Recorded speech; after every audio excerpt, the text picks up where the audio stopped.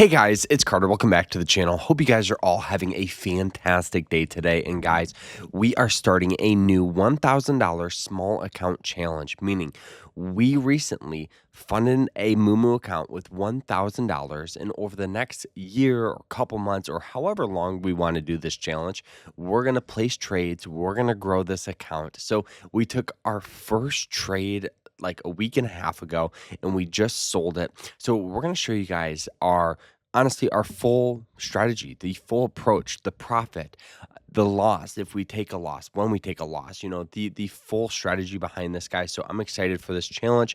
The goal is to maybe turn this into $5,000-$10,000 over the course of a year. That would be fantastic. And we also have to have that very realistic approach of, okay, profit is profit. And what I mean by that, I'm happy with 3% per month.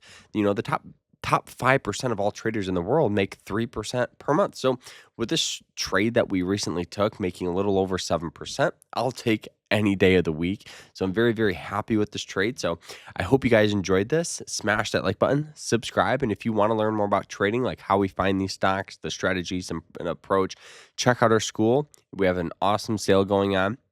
It's like $50, and you can learn to trade a skill that will last a lifetime. So let's jump into this, and we'll jump in. All right. So the first thing here, guys, is where are we sitting with the account? So we made near and around about $70 off $1,000. I'm very, very happy with that.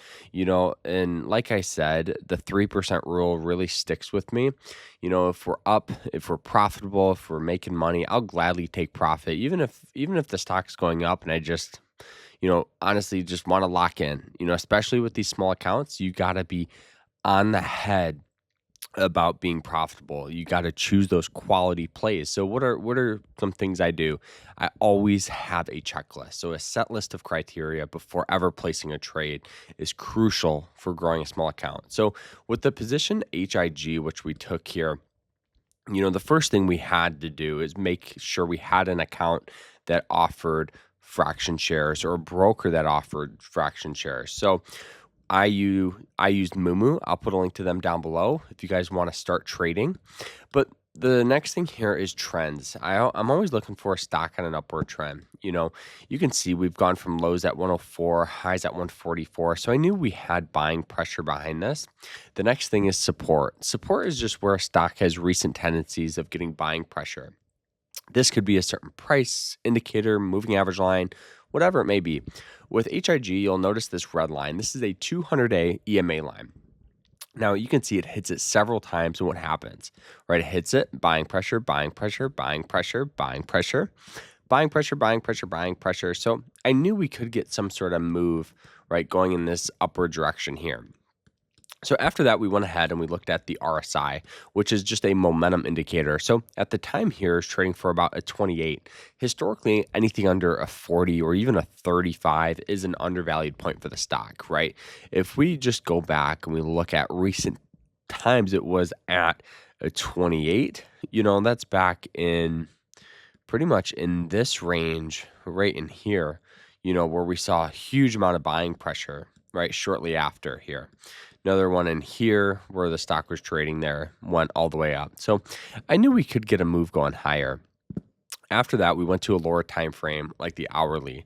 Using the hourly, it's important to find these points of resistance. So for me, I knew it was some of these moving average lines, but realistically, I was waiting for it to push up above that same 200-day EMA line, so that red line here. The thought I had behind this was, okay, we have so much support stepping in. We have all these moving average lines that will now act as support since the stock is above it. We'll also have a new trend line. So we'll go ahead and show you that new trend right here on that yellow line. So I thought, okay, we have that yellow line. We will have even more support. We have EMA lines. We have a trend line. So that's exactly what I did. The stock popped up above it. And honestly, I entered near and around the 131 area, keeping stops below probably like 129. Stock rallied up, broke through that 50-day EMA line so that yellow line, and that's where we exited, near and around the 140 area. Now the stock's at 142. Am I happy? Well, yeah, of course. I'd love to see a stock continue, but one thing with these small accounts is you always gotta you gotta review, you gotta reset. So even if the stock goes to $1,000, I don't care. I'm on to new opportunity. Now, if I enter this position, I'm chasing, and it just doesn't follow that checklist. And that's what you have to do. You don't just trade off emotions. You got to trade off a strategy, guys. So I hope you guys all enjoyed this. We'll see you guys next week or whenever we take a new position. But we're going to try to be really, really hard on ourselves about being profitable, but more importantly, taking good trades. Because sometimes when you take a good trade, you still lose money. And that's completely normal. That's healthy. But off those trades, you can learn something. And that's what we're going to do, guys. So I hope you guys enjoyed it. Smash that like button, subscribe, and we'll see you guys in the next one. Take care.